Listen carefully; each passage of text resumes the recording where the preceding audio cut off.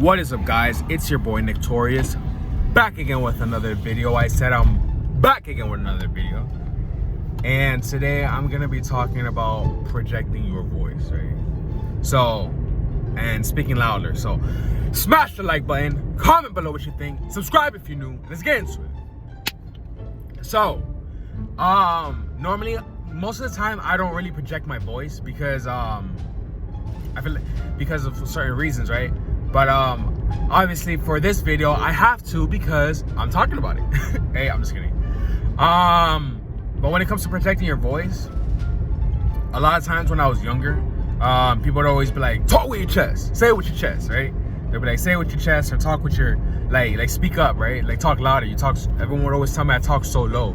Oh, you talk so low. You talk so low. Like they'd be like, what? Right? Like I made a video about it's called What? Like when you talk to girls and then they're like, what? Right? So yeah, a lot of times we don't really project our voices, right? We don't really speak loudly. And you know, like the thing is that because I do a lot of research on the voice, right? Because the thing is, like, since I've always talked with a very high-pitched voice all my life,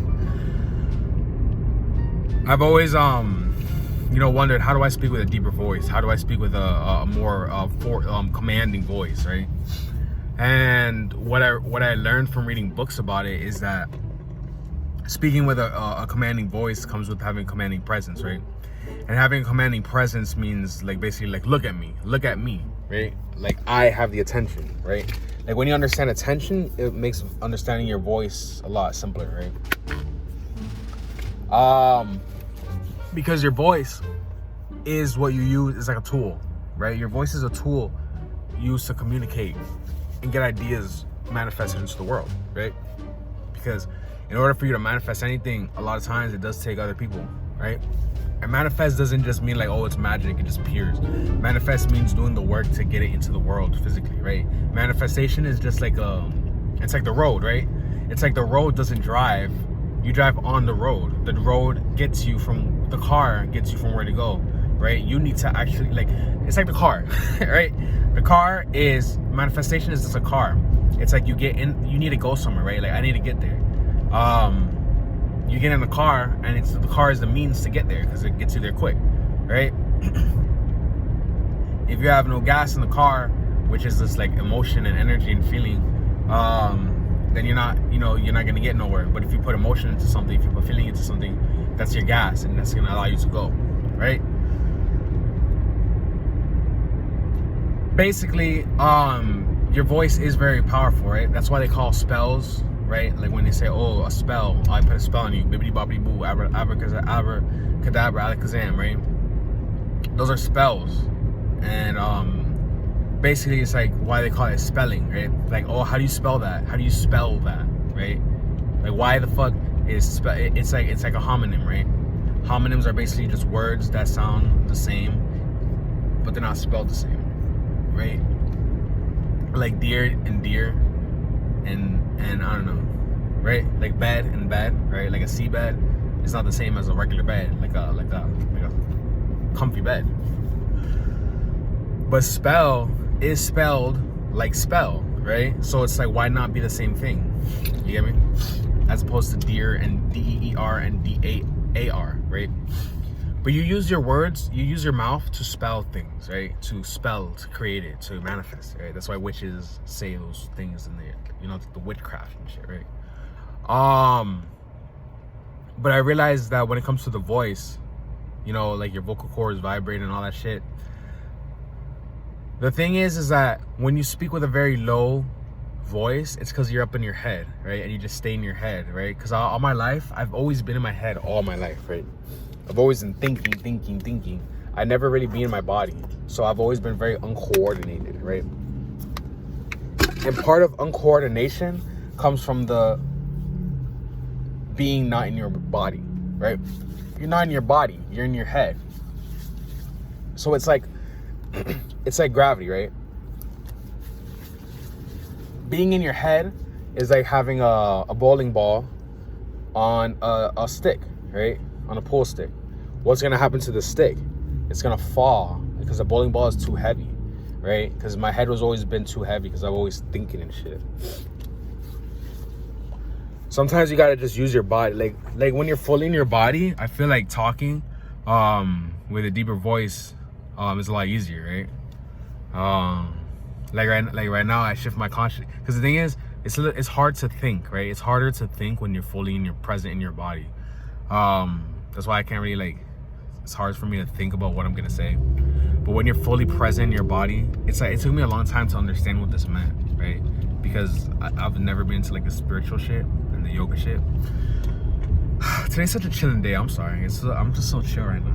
I think it's that's why it's so chill, because I just went in my body, right? Like when you fully inhabit your body, it's a lot easier to speak with your body. Like right now, I'm speaking with my body. Like I can feel my like I feel as opposed to like with just being in my head and I you get me, and I speak like this, and because the thing is, like when you speak just from your head and you're not really in your body and you don't feel your body fully, people get annoyed at your voice, right? But when you speak from your body, I don't know if I'm still getting used to it, right?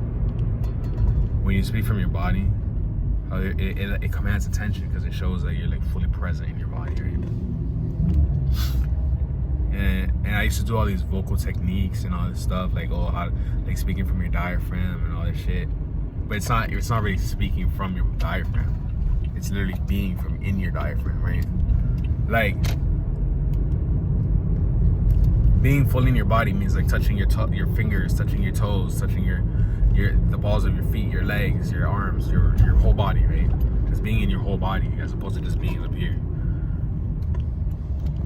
One of the most important things about speaking, projecting your voice, is understanding that what you have to say means something, right? It's meaningful, like it's gonna help somebody, or it needs, basically just needing what to be said is said, right? My bad, I distracted. That's why you need to be calm, right? When you're calm, it's a lot easier for your voice to get deeper, right? Like this. It's a lot easier to feel those, like to feel more parts of your body. That's why you got to meditate. Meditation makes you calm, right? That's why the app is called Calm. Is that Calm app? They're not sponsoring this video, but they should. It's called a Calm app, right? Because meditation, what happens is that you make your body calm. You just be calm, right? And then you're able to fully feel your body, right? You're able to fully feel the parts of you that you need to be speaking from, right? And it makes it easier for you to just like, it makes you less excited, right? Like right now I'm a little more excited because I'm thinking about what to say in the video. And I feel like what happens is that when you're in your head, it's like that's crazy, I just realized that. It's like where you put stimulation, right? Because right now because when you're calm, you take the stimulation from your brain, right? That's why when you're asleep, you're like, oh, my brain isn't stimulated, man. But then that's why being in your body puts you to sleep too. Like why it's easier to fall asleep when you're just in your body and you're not in your head, because when your mind is stimulated, then it's harder to go to sleep. So you just put all your awareness. That's why you fall asleep during meditation. Like you feel so calm, right? You're so calm and there's no stimulation in your brain, and you're just like, oh, there's no reason for me to stay up. You're literally healing your body, right? It's like literally healing it. That's why I call my tattoos the art of healing, because it's like meditation and stuff. It's just like where you put your awareness is where you heal from. You get me? And you can literally feel the parts of your body. Like any disease comes from just the parts of your body that are tightened up, right? It's like, oh, this is a problematic area, right? And in the problematic areas, that's where it manifests as disease, right? Like a disease is dis-ease, you know what I mean? It's like dis-ease. You're not at ease. When you're at ease and you're fully in your body and you're fully feeling, because the thing is, it's the same thing as like, let's say you got a mole growing on the outside of your body, and you're like, oh my goodness, how did this mole get on the outside of my body? Okay. The same way you can feel that mole on the outside of your body, and you can physically see it. You have moles growing in the inside of your body too, right? And those moles are discomfort, right? There's discomfort. There's things that you don't want on the outside of your body going on the inside. That's why when people are like, oh, I have pain in my leg, Like imagine, oh, I have pain in your leg, and then you look and it's like a mole, right? That's where cancer comes from.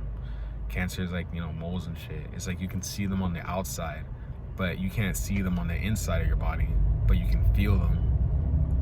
And a lot of times people don't know what's going on in their bodies, right? They're letting their bodies run amok, and they don't know what's going on in their bodies because they're all stuck in their heads, right? They're just stuck in their head, and they're just like, oh man, I have no idea what's going on in my body. Let me eat more ice cream and cake and sugar, right? And they just eat all this bad stuff, and then their bodies are going haywire.